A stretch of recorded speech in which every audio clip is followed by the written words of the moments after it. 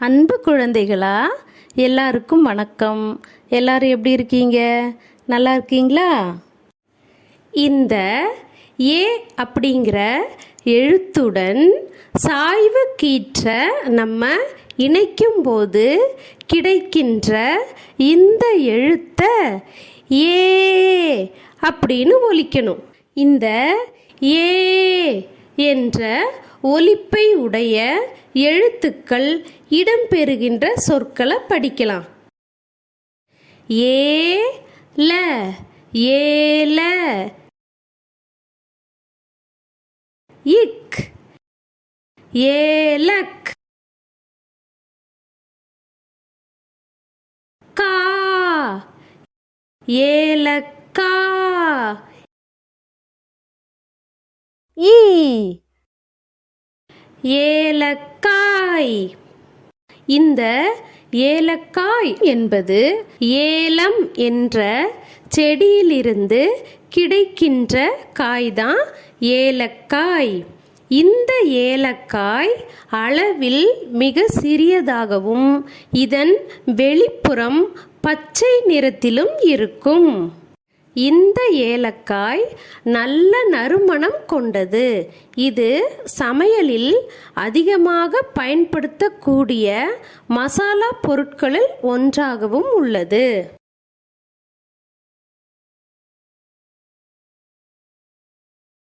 இந்த ஏலக்காயை நாம் அடிக்கடி குடிக்கின்ற தேநீர்லையும் சேர்த்து குடிக்கலாம். சரிங்களா? அப்படி தேநீரில் ஏலக்காயை சேர்த்து குடிக்கும்போது அதனுடைய சுவையும் நறுமணமும் மருத்துவ தன்மையும் நமக்கு கிடைக்கும். இந்த சொல்ல இன்னொரு முறை எழுத்துக்களை கூட்டி படிக்கலாமா? ஏல ஏல, இக் ஏலக், கா ஏலக்கா, ஈ ஏலக்காய்.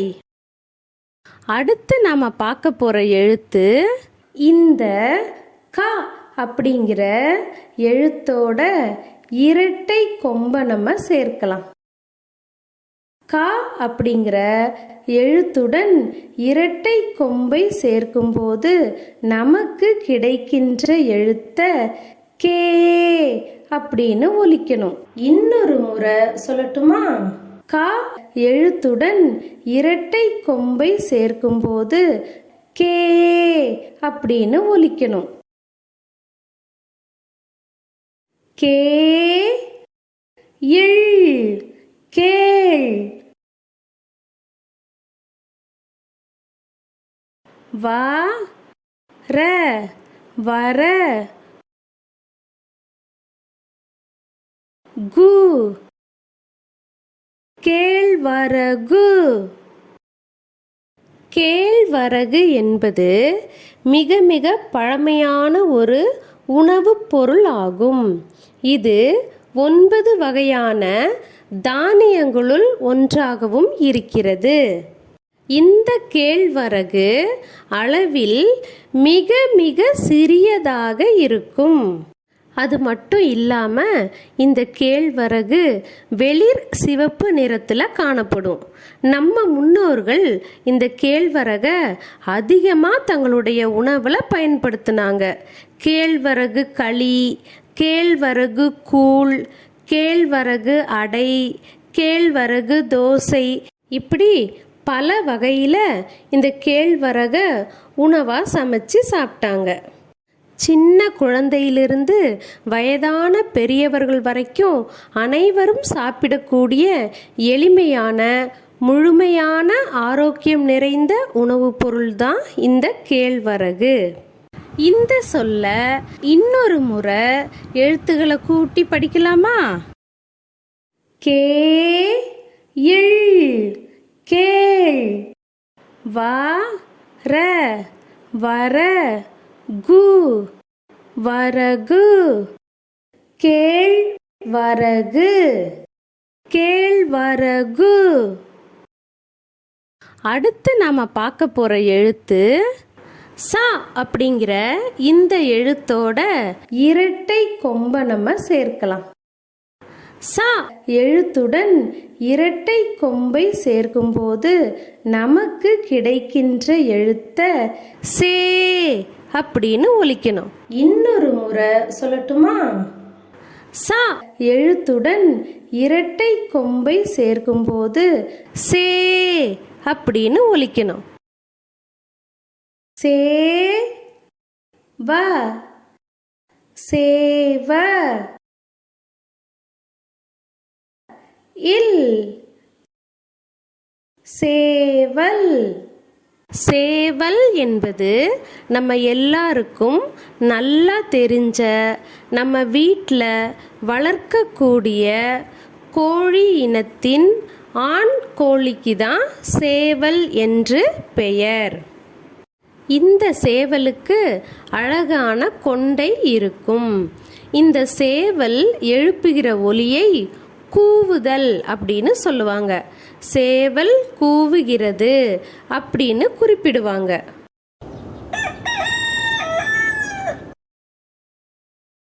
நம்ம தாத்தா பாட்டியெல்லாம் சேவல் அதிகாலையில் கூவுகிற அந்த ஒலியை கேட்டு தான் எழுந்திருப்பாங்களாம்.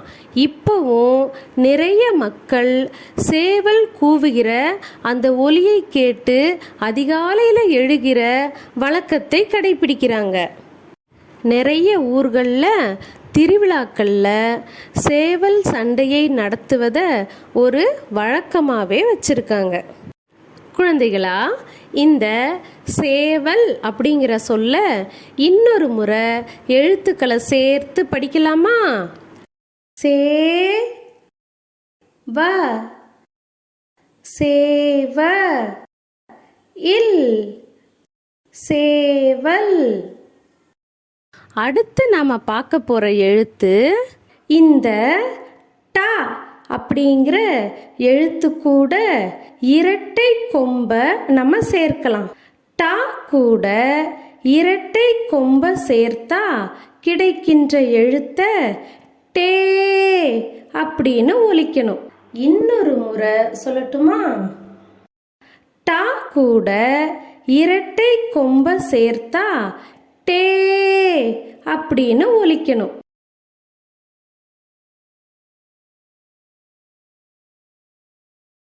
கா இட் காட் டே காட்டே நீ காட்டேனி.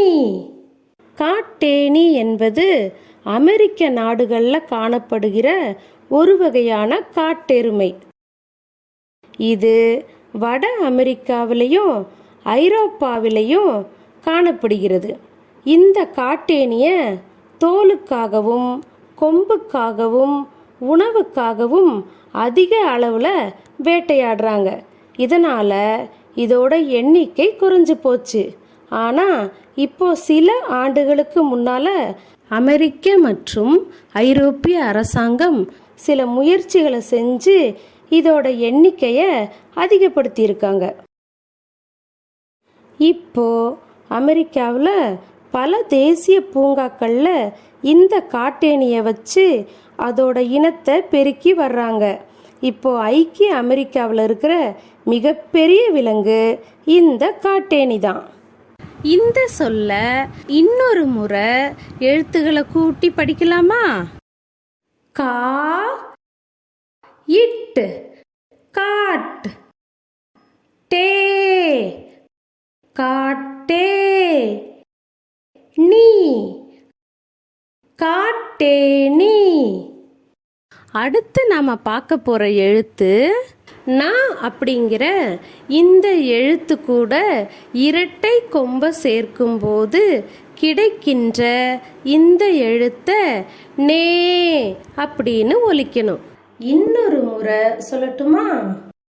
நா எழுத்து கூட இரட்டை கொம்பை சேர்க்கும்போது கிடைக்கின்ற இந்த எழுத்த நே அப்படின்னு ஒலிக்கணும்.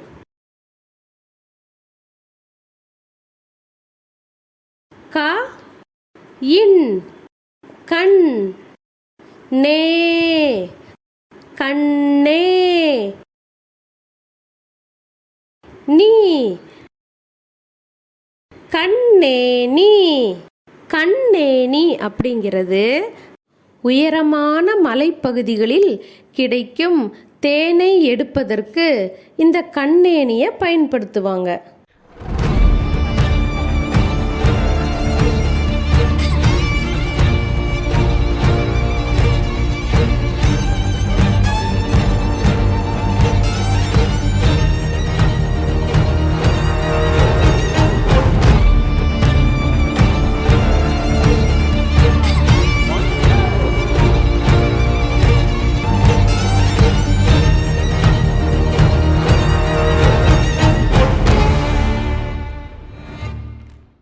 பொதுவாக ஏணி அப்படின்னா 2 நீளமான மூங்கில்களால் செய்யப்பட்டிருக்கும். அந்த 2 நீளமான மூங்கில்களையும் சிறிய சிறிய மூங்கில்கள் இணைச்சிருக்கும். அந்த சிறிய சிறிய மூங்கில்களை படிக்கட்டு போல பயன்படுத்தி ஏறுவாங்க. அதுதான் ஏணி. ஆனால் இந்த கண்ணேணியில் அப்படி இல்லாமல் ஒற்றை மூங்கில் மட்டும்தான் இருக்கும். அதுவும் கணுக்கள் கழிக்கப்படாமல் இருக்கும். அந்த கழிக்கப்படாத கணுக்களை தான் படிக்கட்டுகள் போல பயன்படுத்தி ஏறுவாங்க. சரிங்களா? இதுதான் கண்ணேணி. இந்த கண்ணேணி அப்படிங்கிற சொல்ல இன்னொரு முறை எழுத்துக்களை சேர்த்து நம்ம படிக்கலாமா? க இன் கண் நே கண்ணே நீ கண்ணேனி. அடுத்து நாம் பார்க்க போகிற எழுத்து தா அப்படிங்கிற இந்த எழுத்துடன் இரட்டை கொம்பை நம்ம சேர்க்கலாம். தா உடன் இரட்டை கொம்பை சேர்க்கும்போது அந்த எழுத்தை தே அப்படின்னு ஒலிக்கணும். இன்னொரு முறை சொல்லட்டுமா? தா எழுத்து கூட இரட்டை கொம்பை சேர்க்கும்போது கிடைக்கின்ற இந்த எழுத்தை தே அப்படின்னு ஒலிக்கணும். தே இங்கு தேங்கு.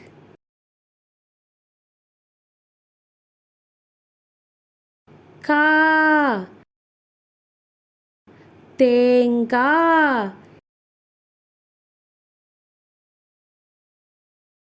ஈ தேங்காய். தேங்காய் என்பது தென்னை மரத்திலிருந்து கிடைக்கக்கூடிய பழம். இது பழமாக இருந்தாலும் கெட்டித்தன்மையுடன் காணப்படுவதால் இதை காய் அப்படின்னு சொல்கிறோம். தென்னை மரத்திலிருந்து கிடைக்கின்ற காய், அதனால் தேங்காய் அப்படின்னு சொல்கிறோம். இந்த தேங்காய் சமையலுக்கு அதிகமாக பயன்படுது. அம்மா சமையலுக்காக வைத்திருக்கின்ற தேங்காய் துருவலை நீங்கள் ஆசையாக எடுத்து சாப்பிடுவீங்க தானே? இப்படி தேங்காயை சமைக்காமலும் சாப்பிடலாம். கோயில்களில் தேங்காயை நேர்த்தி கடனுக்காக உடைப்பாங்க. வீடுகள்லையும் சாமி வழிபடும்போது தேங்காய் உடைத்து சாமியை வழிபடுவாங்க. அப்புறம் இந்த தேங்காயை சிறு சிறு துண்டுகளாக உடைத்து நல்ல வெயிலில் காய வைத்து அதிலிருந்து தேங்காய் எண்ணெய் தயாரிப்பாங்க. இந்த தேங்காய் எண்ணெயை தான் நம்ம தலைக்கு பயன்படுத்துகிறோம். சில பேர் இந்த தேங்காய் எண்ணெயை சமையலுக்கும் பயன்படுத்துவாங்க. இந்த சொல்ல இன்னொரு முறை எழுத்துக்களை கூட்டி படிக்கலாமா? தே இங்கு தேங்கு. கா தேங்கா. ஈ தேங்காய். அடுத்து நாம பார்க்க போற எழுத்து இந்த நா அப்படிங்கிற எழுத்துடன் இரட்டை கொம்பை நம்ம சேர்க்கலாம். நா அப்படிங்கிற எழுத்துடன் இரட்டை கொம்பை சேர்க்கும்போது கிடைக்கின்ற இந்த எழுத்தை நே அப்படின்னு ஒலிக்கணும். இன்னொரு முறை சொல்லட்டுமா? நா கூட இரட்டை கொம்பை சேர்த்தா நே அப்படின்னு ஒலிக்கணும். நேர நேர.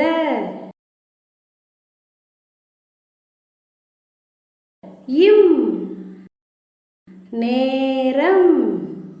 இந்த நேரம் என்பது எப்போதும் நிற்காமல் நகர்ந்து கொண்டே இருக்கிற ஒரு பொருண்மை. அதாவது நீங்க காலையில் எழுந்து பள்ளிக்கு ஆயத்தமாகி பள்ளிக்கு வந்து காலை உணவை சாப்பிட்டு அதுக்கப்புறமா நீங்கள் பாடங்களை எல்லாம் படித்து மதிய உணவு இடைவேளை எடுத்துக்கொண்டு மீண்டும் பாடங்களெல்லாம் படித்து மாலை வீட்டுக்கு திரும்பி வீட்டு பாடங்களை எல்லாம் முடித்து நீங்கள் சற்று ஓய்வு எடுத்துட்டு உணவை அருந்திவிட்டு தூங்க போகிறீங்க இல்லையா? இந்த மாதிரி எல்லா செயல்களுமே இந்த காலத்தின் அடிப்படையில் தான் நடக்குது. இந்த நேரத்தை அடிப்படையாக வைத்து தான் நம்மளுடைய அன்றாட செயல்கள் எல்லாமே நடக்குது. பகல் நேரங்களில் நம்ம பள்ளிக்கூடத்துக்கு வரோம், நம்ம வேலைகளை எல்லாம் செய்கிறோம். இரவு நேரத்தில் நம்ம தூங்க போகிறோம். இந்த சொல்ல இன்னொரு முறை எழுத்துக்களை கூட்டி படிக்கலாமா? நேர நேர. இம் நேரம். அடுத்து நாம பார்க்க போற எழுத்து பா அப்படிங்கிற இந்த எழுத்தோட இரட்டை கொம்பை நம்ம சேர்க்கலாம். பா உடன் இரட்டை கொம்பை சேர்க்கும்போது கிடைக்கின்ற எழுத்த பே அப்படின்னு ஒலிக்கணும். இன்னொரு முறை சொல்லட்டுமா? பா எழுத்து கூட இரட்டை கொம்பை சேர்க்கும்போது கிடைக்கின்ற இந்த எழுத்த பே அப்படின்னு ஒலிக்கணும். பே ரு பேரு. இந்து பேருந்து. து பேருந்து. பேருந்து அப்படின்னா பெரிய உந்து அப்படின்னு அர்த்தம். உந்து அப்படின்னா வாகனம் அப்படின்னு பொருள். பெரிய வாகனம் அதாவது பெரிய உந்து. இதை தான் நம்ம பேருந்து அப்படின்னு சொல்கிறோம். பேருந்து இல்லைன்னா நம்ம பயணங்கள்லாம் ரொம்ப கடினமாக இருக்கும். முற்காலத்தில் பேருந்து இல்லாதனால மக்கள் கால்நடையாக நடந்தே போனாங்க. அதுக்கப்புறம் மாட்டு வண்டி, குதிரை வண்டி இதிலெல்லாம் பயணம் செஞ்சாங்க. பல நூற்றாண்டுகளுக்கு பின்னர் தான் பேருந்தை உருவாக்குனாங்க.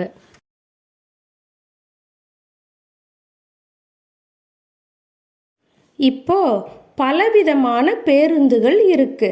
பள்ளி பேருந்து, நகர பேருந்து, மாநகர பேருந்து, புறநகர பேருந்து, விரைவு பேருந்து, குளிர்சாதன வசதிகள் கொண்ட பேருந்து, சாய்வு இருக்கைகள் கொண்ட பேருந்து, படுக்கை வசதிகள் கொண்ட பேருந்து, மிதவை பேருந்து, மாடி பேருந்து, இப்படி பலவித பேருந்துகள் இருக்கின்றன. இந்த பேருந்துகள் எல்லாமே டீசல் என்ற எரிபொருளால் இயங்குகின்றன. சுற்றுச்சூழலுக்கு மாசு ஏற்படுத்தாத வகையில் இப்போ மின்சார பேருந்தும் கொண்டு வந்திருக்காங்க. நீங்க கூட பேருந்துல பயணம் செஞ்சிருக்கீங்க தானே? இந்த சொல்ல இன்னொரு முறை எழுத்துக்களை கூட்டி படிக்கலாமா? பே ரு பேரு. இந்து. பேருந்து. து. பேருந்து. இவ்வளோ நேரம் என் கூட சேர்ந்து எல்லா சொற்களையும் அருமையாக சொன்னீங்க. நன்றி குழந்தைகளா.